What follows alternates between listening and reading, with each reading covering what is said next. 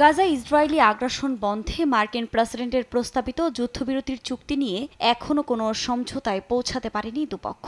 প্রতিদিনই প্রাণ হারাচ্ছেন নিরীহ ফিলিস্তিনিরা। এমন পরিস্থিতিতেও ইসরায়েলকে অন্ধের মতো সমর্থন দিয়ে যাচ্ছে যুক্তরাষ্ট্রসহ পশ্চিমারা। তবে নেতানিয়াহু প্রশাসনের একঘেয়ে আচরণে ক্ষুব্ধ মিত্ররা।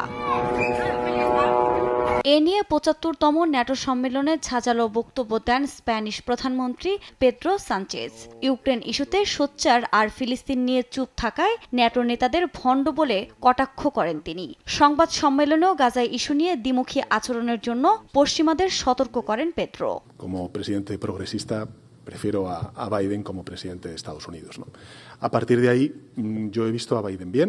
স্প্যানিশ প্রধানমন্ত্রীর পর গাজা ইস্যু নিয়ে পশ্চিমা নীতির সমালোচনায় ফরাসি প্রেসিডেন্ট ইমানুয়েল ম্যাক্রো বলেন, ইউক্রেনের তুলনায় গাজা নিয়ে অনেক কম উদ্বিগ্ন পশ্চিমারা, যা অত্যন্ত ক্ষতিকর। দ্রুত গাজায় যুদ্ধবিরতি, জিম্মি মুক্ত সহ লেবাননে যুদ্ধ ছড়িয়ে পড়া রোধের তাগিদ দেন ম্যাক্রো।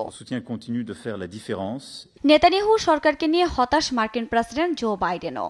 ইসরায়েলি মন্ত্রিসভাকে ইতিহাসের সবচেয়ে কঠোর আখ্যা দিয়ে তিনি বলেন, নেসেটের দ্বিরাষ্ট্র সমাধানের কোনো ইচ্ছে নেই, তবে গাজায় যুদ্ধ এখনই শেষ হওয়া উচিত। রাজনৈতিক বিশ্লেষকরা বলছেন, গাজা যুদ্ধ ইচ্ছাকৃতভাবে দীর্ঘ করছে ইসরায়েল, আর অন্ধের মতো সমর্থন দিয়ে তোপের মুখে পশ্চিমারা। তাই যুদ্ধবিরতি নিয়ে নেতানিয়াহু উদাসীনতায় পশ্চিমা মিত্ররা ক্ষুব্ধ বলে মনে করছেন বিশ্লেষকরা।